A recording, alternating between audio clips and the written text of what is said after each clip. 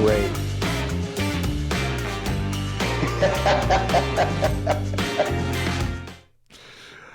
Oh, well, that was perfect.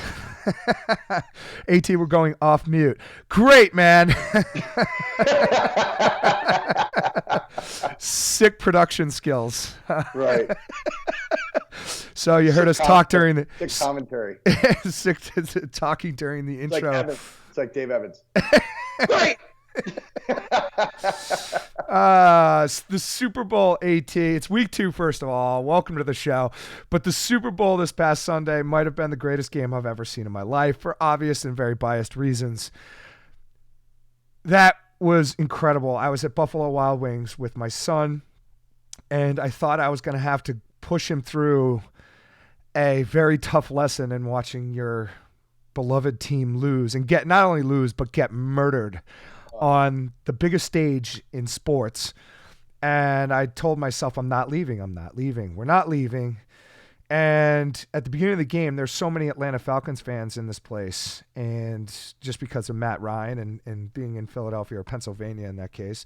Well, it's Buffalo Wild Wings. You would expect to be packed with people from Georgia. So I was, I told him, I said, look, Lucas, we're not leaving. And 2, he started to get a little bummed out, just not necessarily that we weren't leaving, that the Patriots are playing so poorly.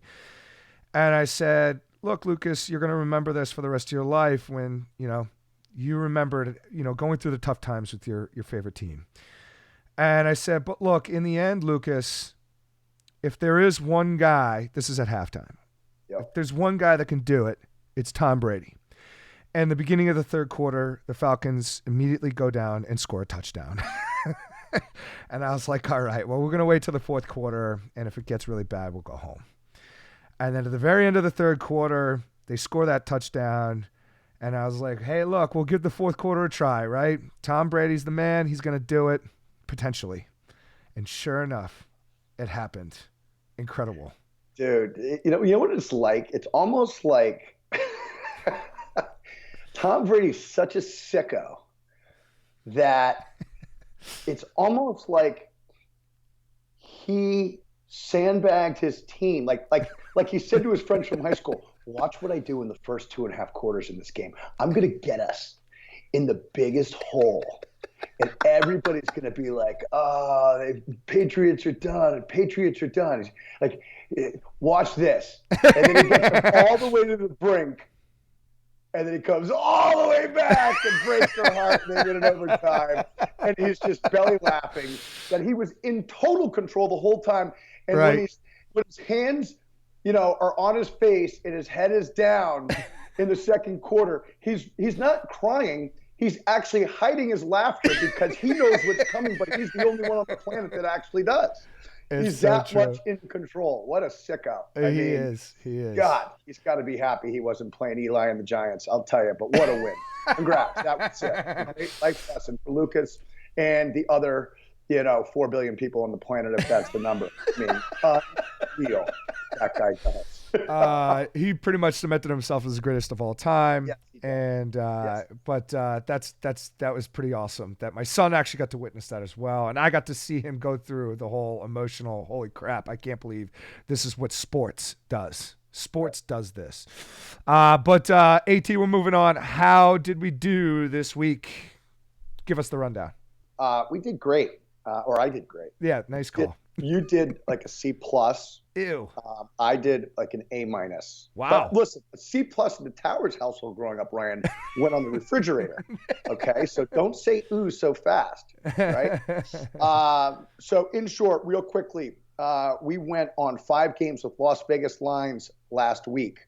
Lax Vegas Lines. I'm sorry, Lax Vegas lines last week. The first game we did was Cleveland State, Michigan. You picked Cleveland State in the under. I picked Michigan in the over. It ended up being Cleveland State covering 12.5 goals. So you won that. You were wrong with the under. I was right with the over. So we both finished 1-1 after that game. The second game was BU. We both picked BU and we both picked the under. BU did not cover 3.5, winning only in overtime versus PC. but it was the under. So we were 2-2 apiece after that game. The next game was Penn State. Robert Morris, Penn State, was favored by 8.5 goals. They did not cover. You picked Penn State. I picked Robert Morris. Mm-hmm. We both picked the over. You were 3-3 after 3. I was 4-2. The next game we picked was Carolina. Carolina was 8.5-point favorites over UMBC. Carolina covers. We both picked Carolina. We both picked the over. We were both right. That left you 5-3. That left me 6-2. And the final game for Lax Vegas Lines was Duke, favored by 5. They lost outright to Air Force. I called it. We both had the over. So you finished at 6-4 last week, and I finished at 8-2. So I have the title week 1 going into 2. Congratulations, AT. That is very 8-2. So you went 8-10 in total picks. I was only wrong on Michigan and BU. I hit all the over-unders, and I was correct on Robert Morris, Carolina, and Air Force. That's pretty. That's well done. Very, very well done. So the next piece is we have to, as always, each week give the IYF the most insignificant award of all time, but it's still fairly significant. The Coaches and Players of the Week award. AT, give me your Coach of the Week.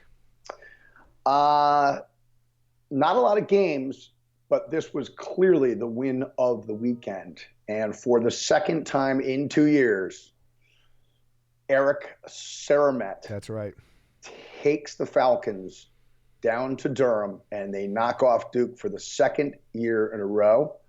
So Eric Saramet is my Coach of the Week, and my Player of the Week right there, along with him, freshman goaltender Paxton Boyer. Yes. 14 saves, 10 goals allowed, stepping in as a freshman. You and I referenced the graduation of Doug Guccio being a question mark for Air Force coming into this game.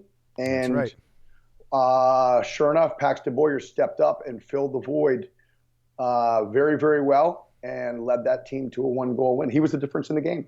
Let's face it.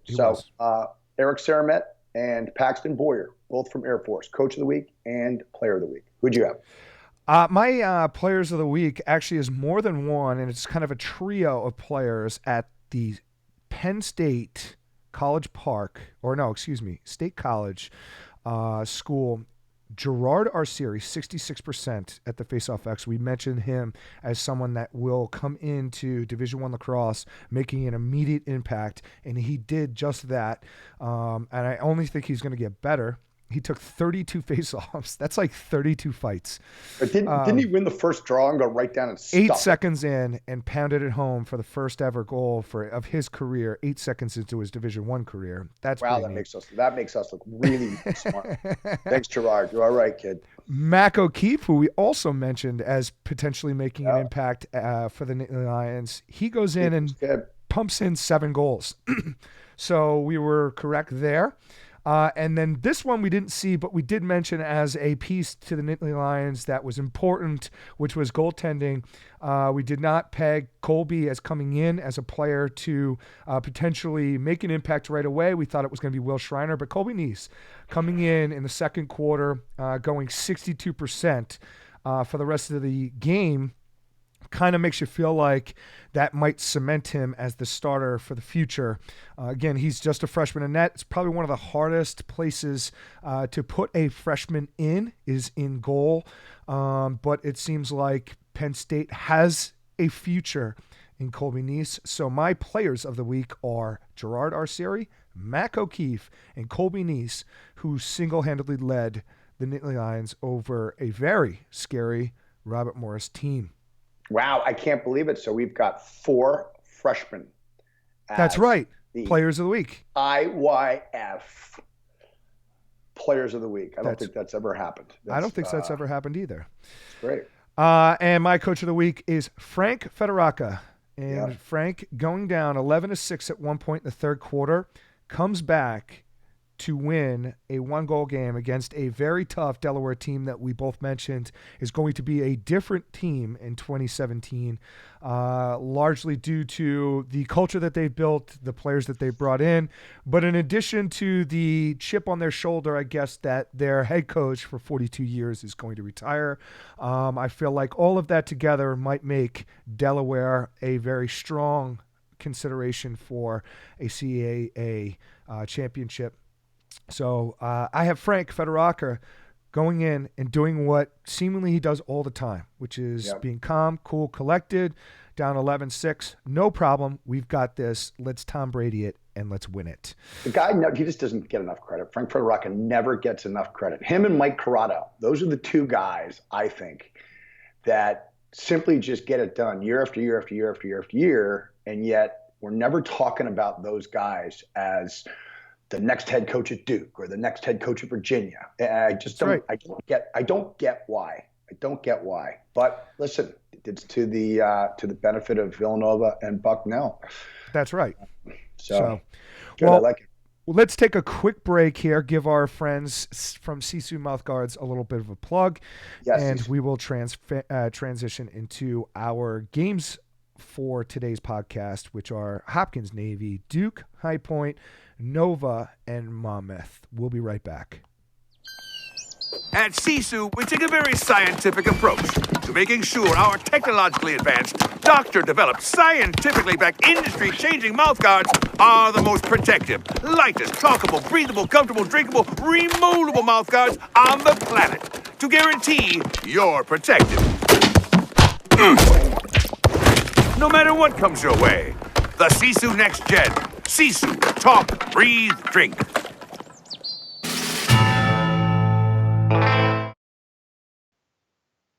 All right, we're back, and we've got 3 games to cover. First game up, Hopkins Navy, a huge Tuesday night tilt. That is tonight. We can actually make a pick on this too, AT, since we won't be able to make a pick later on in that week. I think Lax Vegas Lines came out with a line of 2.5, and that's a favor of Johns Hopkins. And I believe the over-under is 21.5. I'm looking at it right here, actually. Yeah. So we can make a pick on it, but talk to me a little bit about such a rush. Tell me a little bit about the Naval Academy going into 2017 and starting off their season against the 11th ranked Hopkins Blue Jays. Right. They're coming off a great year in 2016, went to the NCAA quarters where they lost to a team in Providence, which didn't disappoint me. But they were 11-5 overall last year, 7-1 in the Patriot League. And Ricky Soule shut everybody up doing it his way again. Nice job, right. Rick. And so I think that they're coming into the season with a ton of momentum. You know, from offensive end, they didn't score a ton of goals last year. They averaged just under 10 goals per game, shooting just 28%, which isn't phenomenal. 36% on man up, which is a little bit better than par, I think. Yep. They return attackman Jack Ray, 26 goals, 11 assists last year. Midfielder Grayson Terrain, who has been terrifying college lacrosse since he came on the scene as a freshman last year. And 17 goals, 7 assists. You know, the one thing that sticks out as a challenge for this team is going to be Casey Reese, right, who scored 34 goals and had 3 assists as a midfielder for them. I think he had 5 against Brown in the playoffs last year and was just a force. You know, a bomb of a shot, had the ability to really spread teams out that way, but could also beat poles for goals. And to lose a guy like that is going to need to be addressed. You know, they're going to have to find some people probably to fill that void on the offensive end. You know, defensively, listen, Navy's as tough as they come. They were letting up just under 7.5 goals last year. They returned Chris Fennell. They returned Matt Reese, I think Casey Reese's brother, Hiram Carter. You know, this is always a team that's unbelievably tough on the defensive end. You know, they're brutally tough on the ground balls. They're just not going to give up a lot of goals. It's just the way that they are. They have Ryan Kelly stepping in to the goal. You know, he's untested, but I think with the veteran defenseman that they have in front of him, combined with the fact that Brady Dove, their face-off guy who won 58% last year and pretty much has dominated, since his arrival in Annapolis. I think that's going to allow Ryan Kelly to find his footing. Now, certainly starting first game at JHU, you better get your footing quickly. But I think he's got the support of a great face-off guy, of a veteran defense, and I think he's going to step up to the plate and be a huge value add. I don't think that he's going to end up being a weak point for this team. For me, the biggest question for them this year is how do they replace the scoring of Casey Reese at the midfield? And I think that's got to be, probably taken up by a few different guys. But that's my overview of Navy going into this game. They're always going to be a tough out. The game last year was incredible. I think JHU won in overtime. Or was it Navy? I think JHU won in overtime last year. I can't remember for sure, but I just remember looking at that game and thinking, wow, this is the first game of the year, and these guys are playing really, really hard, and they looked really, really sharp. So it's going to be fun to watch this game. 100%. Looking at Hopkins, they graduated Ryan Brown, who's arguably one of the best shooters in the country, at 41 goals. So they lose 41 goals, but I do think, and they also lost Holden Catoni from last year. He scored just over 20 for him as well. But I really think looking at this team in Hopkins, you're going to see a very different, experienced, and very good Hopkins team. Yes, they do lose Ryan Brown, and that is a huge loss. But you got to look at what their attack looks like. They're more veteran group. You got Shaq Stanwicks coming back, Wilkins Dismuke coming back, and then you can look to Kyle Marr to probably fill the top three attack roles Scotty's out. kid. Scotty Marr, for head coach at Albany. I think, and on top of all of that, you've got three attackmen, by the way, that are all left-handed that are starting.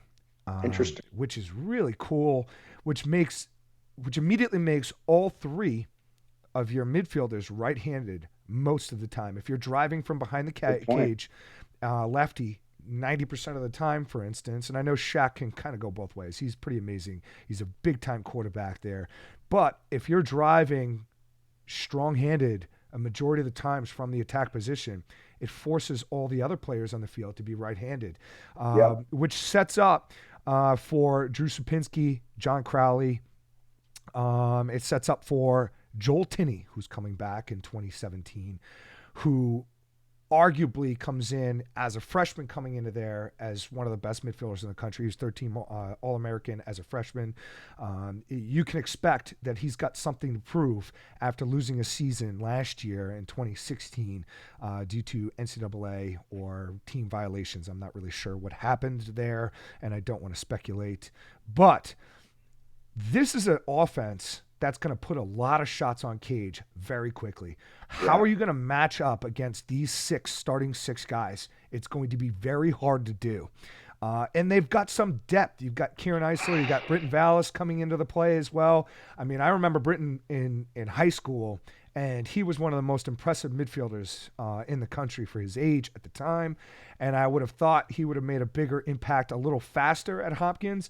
But here he is coming in now in 2017. I'd look to him as being an impact a little quicker. Defensively, you got Nick Fields, who's been very solid for them during his entire career at Hopkins. You got Austin Spencer, who's going to play a huge role at long stick midfielder.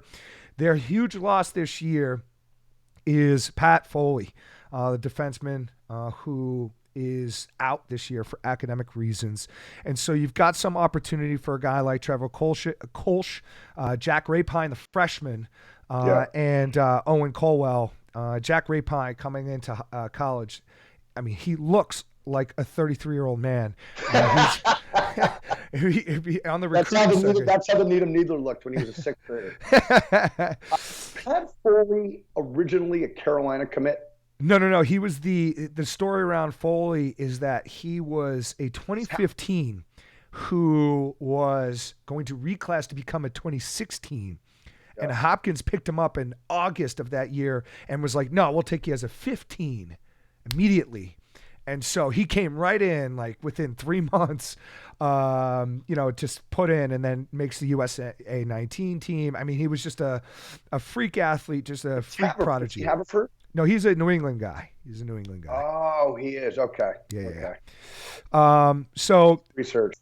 Now so you know why C+ got put up on the refrigerator, Ryan. Totally fine though. At least I'll take it because I need as many C+ as possible. Apparently, to beat. I'm willing to bet, Ryan, you've had a lot of C+ in your past. Well, you held my transcript for 2 years at least. Well, it doesn't really apply to academics, Ryan. I'm thinking more after hours C+. Fair enough. Many a C+. This is a team that's seventh in the country. Seventh in the country in EMO at 48%. And I really think that if you look at the starting six, that only gets higher, which is scary. And they're 10th in assists and points per game. The big questions here for Hopkins going into 2017 is the two of the biggest and most impactful positions you can have on a lacrosse team, which is a goalie and faceoff. Hunter Moreland last year, the junior from Boys Latin, 59%, which is good, very good, but not taking as many faceoffs as Craig Mataraz, who graduated and they lost. So we're going to really see a lot more of Hunter Moreland this year, and potentially others that might kind of fill in that role with him. But they've got a decent foundation there at the faceoff X. And going in against Navy, we're going to kind of see how he's going to perform pretty quickly. But the big question mark is who's going to start in net. And the Hopkins staff has made the decision, but the information I'm getting from the players is it's legitimately going to be a game time decision. Wow. So he's walking into the game and he's saying, you're going to start. And the two guys he's choosing between are Brock Turnbar, who last year went 47%, which is not going to get it done, 11.5 goals against. But he's competing against Jerry Logan, who I know very, very well, at 51%, 12.5 goals against. But that's coming from a Michigan team that he transfers from, or technically takes an extra year from. But he was number 4 in saves per game in the NCAA last year. And so that I feel like is going to be a big, play for Hopkins going into 2017. The quote from Petro is, what we're looking for is a guy who can give us the best chance to win a game. You want a guy who's going to be able to lead the defense. You want a guy who's going to be able to save the ball, not just stop it. We want a guy that's going to do the right things with the ball. You want a guy that's going to be able to get you in and out of whatever defenses you're in. And if this is the case, I'm betting Jerry Logan for the starting nod in 2017. That is pure speculation. That's literally I'm being told it's a legitimate game time decision. Right. But in terms of against Navy, you got to weather the storm. These guys are in shape.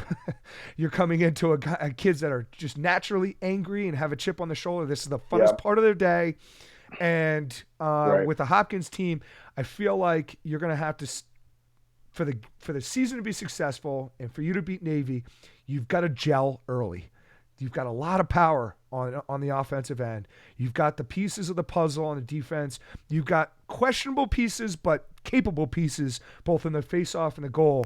This could be a great 2017, but this is a great test, early test for Johns Hopkins. No doubt. Next game up. I'll go here. Sorry, I got to get to my transitions here. Duke, High Point. AT, talk to me about Duke.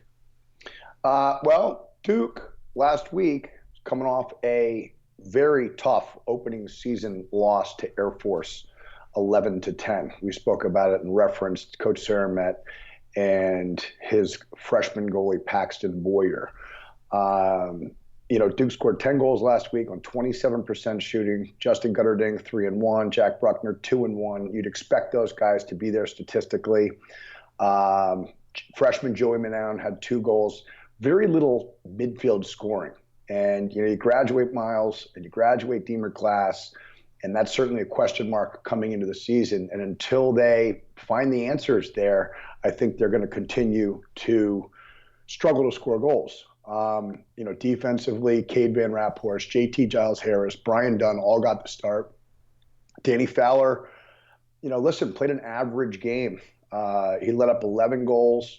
he only stopped 45% of the shots. That's just not going to get it done when you're shooting 27%. Right. And, Air Force is no joke. I don't think people would look at Air Force and say that's, a traditional power. But I think that people that don't really look into it, look at this game, and they don't really understand how great of a team Air Force actually is. So I don't think this loss is a bad loss to them, but it's a loss that people don't expect Duke to take, right? Yes. Kyle Rose stepped up and did exactly what we thought he would do. He won 17 of 22 faceoffs. But the reality is they got to shoot better. I mean, if they're going to win that many faceoffs and they shoot poorly, it just negates that advantage.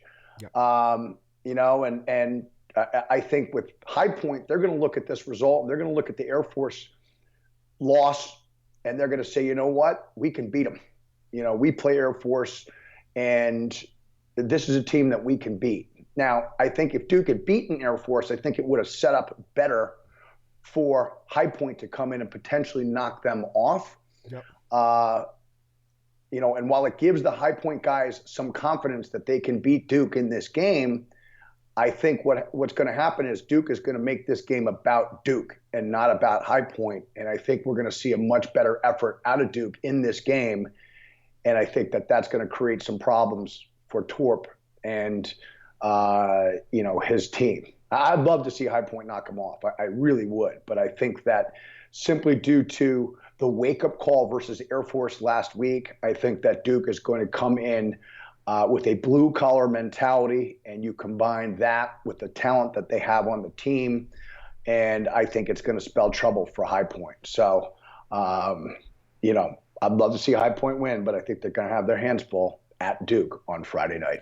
You're right. And with the youth of Duke, and you already mentioned that, High Point's dealing with similar situation themselves. They had two of the hugest losses you could argue in any team, losing Lomas and Thistle, two guys that have literally carried that team for 4 years. Right, like Duke losing Class and Jones. That's right. That's right. And, they're looking for guys like Michael LeClaire to come in and step in, Sean Harrison, Dallas Bridle, to minimize the damage that they lose from losing Lomas and Thistle. But I just don't think it's enough. They don't really return almost anyone on the defensive end, which concerns me. And even more concerning than that is their face-off game, losing Jamie Peluso, and then having, I believe, 18, you'll know this better than me, but Alex Woodall is no longer at High Point. Transferred to Towson, I believe. He transferred to Towson, yeah. Which is a huge pickup for Towson because they needed a face-off guy desperately. Yeah. But losing Jamie Peluso is a huge loss for the High Point Panthers. Yeah. Chris Young, they picked up as a transfer from Penn State. Is that enough? And then the last piece for the High Point Panthers is Tim Troutner, not Tim, was 55% in the net. You got to figure all Duke is going to do. He's very good, though. He's very good. He is very good, but all Duke's going to do, I feel like all week is going to shoot. Because the same thing that you mentioned, they've got to shoot better. They got to shoot better. And that a lot of that is youth too, right? I mean, how many freshmen and young guys did they start during the game against Air Force? So it'll be interesting to see. But similar to you, I think High Point is a team that we've got to figure out who they are this year and how they stack up amongst their own league first. But going into this Duke game, I just think that they're going to kind of get outmatched around the field athletically. And while it would probably be a lot closer of a game than most people would think a High Point Duke game would be, I think that Duke ends up winning this game purely on High Point trying to figure out, and it'll take up about a month, a good 4 or so games to figure out who they are at every single position across the board. Yeah, I think the key to this game, I think that the problem for High Point in this game more so than anything else is going to be the fact that Kyle Rose is going to dominate them.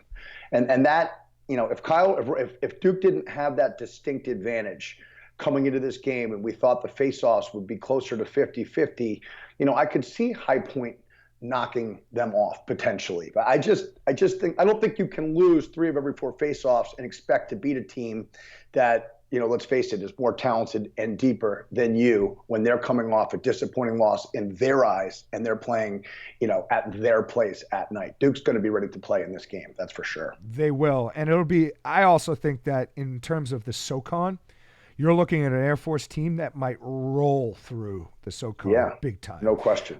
There's a massive difference between those teams. Next up, Villanova, Monmouth. Talk to me about Villanova going into 2017 season. Yeah, Villanova, listen, we referenced Mike Corrado and his staff, a few minutes ago. I think they're one of the best coaching staffs out there. They're coming off a 2016 season where they finished 9-5 overall, 4-1 in the Big East. The problem for this team is that they seem to peak in March. Playing at a very, very high level. They pounded Penn, who, again, it was a very good team. And then they got pounded by Brown, and that just seemed the wheels just sort of came off at that point. So I think if they can peak at the right time, this is a team that could be very, very scary at the end of the year. Last year they scored over 13.5 goals per game. That's a lot of goals, right? Shooting 29%. They returned first-team All-American candidate Jake Fricaro, attack midfielder, 40 goals, 15 assists. He's as good an offensive player as there is in the country, no question. But I'd put him right up there with Pat Spencer, Dylan Malloy, Connor Carazero. He's that level of a player. To complement him on attack, Devin McNamara, 30 goals, 19 assists. And then Jake's little brother, Joey Fricaro, midfielder, was 19-12 last year. And so those are the three big guns for them offensively. They also returned some others that statistically aren't far behind. The defense was letting up a little over 10.5 goals a game. And they returned 2016 starters Dan Sweeney, Owen Hughes. And in the goal, this is a question mark for me. They returned starters who split time. Nick Testa started 6 games last year, let up over 13 goals a game, saved the ball just 43% of the time. And Dan Willis had 8 starts, only let up 9.5 goals a game, and saved the ball at 50%. So I would say expect Dan Willis to be the starter. But if he doesn't get it done, these guys are not going to hesitate to put Nick Testa in. There's no question about that. The last piece to this team is the face-off X. They returned one of the very best guys in the country in Luke Palmadesso, won 59% of his face-offs last year. And if he's able to, repeat that level of success, that will take a little bit of pressure off the goaltenders, but they're going to have to get some goaltending in order to have the season that they're capable of and want to have in 2017. I think regardless of the play that they get in the goal, I think they're going to be able to handle Monmouth at home at 12 noon on Saturday. So I look to see Villanova win this game fairly easily. Similar to High Point, Monmouth is a lot of unknowns. Again, their 3rd season, I believe 4th season coming in to this year. It's just, you just don't know what you're going to get. They do have 9 returning starters this year. But how about this for a stat, AT? Monmouth last year in 2016 was 1-6 at home and 6-0 away. Wow. It's like the exact opposite of what you would think a team would be. But they were 6-0, undefeated away, 1-6 at home. You got to think Brian Fisher's going to want to improve on that in 2017. At least Fisher's done a good job there. He has done a good job. He has. But again, when you look at the game and first off, I can't believe both of Fricaros are back, and I can't believe Palmadesso is back. Villanova sets up to have a great year in 2017. Monmouth is still trying to figure out who they are as a program, still trying to figure out their recruiting style and all those kinds of things that a new program has to do. But they're competing, and that's to be commendable to Brian Fisher and what he's done and his staff and Andrew Gayson and the rest of the staff at Monmouth. I think that going into this, though, again, I just don't see Monmouth competing with Palmadesso at the face-off X. No. I don't see Monmouth, even though Andrew Gajewski is leading the way for the defense for Monmouth, I don't see anyone stopping either of the Fricaros, especially now that Joey is a year older. Because Joey, by the way, was always touted as going to be better than Jake. And it's only a matter of time. And in terms of, Villanova's defense and their goalie, as you've already mentioned, I just don't see enough power on the offensive end at Monmouth to get it done this Saturday. So when we look at this, we're just simply looking at what these teams are going to be. And again, when you look at High Point and Monmouth, you combine them both, they're going to need an identity. And the only identity we're going to figure that out is within the first 4 games of the season. You're right. The question is going to be, is this the game that Jake Vaccaro scores 10 goals? Doesn't he score like 10 goals for Princeton? And then he scored 10 goals for Villanova. Which game is Jake Vaccaro going to score 10 goals in 2017? Is it Monmouth? I think the guys at our friends at Lax Vegas Line should come up with, the odds on how long it takes Jake Vaccaro to have a 10-goal game. Because it's going to happen. And it may just happen this weekend against Monmouth. It may just happen. We're going to take a quick break again. When we come back, Towers, AT is going to give his IYF Top 20. Maximize your comfort. At Sisu, we take a very scientific approach to making sure our technologically advanced, doctor-developed, scientifically backed, industry-changing mouthguards are the most protective, lightest, talkable, breathable, comfortable, drinkable, removable mouthguards on the planet to guarantee you're protected. No matter what comes your way, the Sisu Next Gen. Sisu, talk, breathe, drink.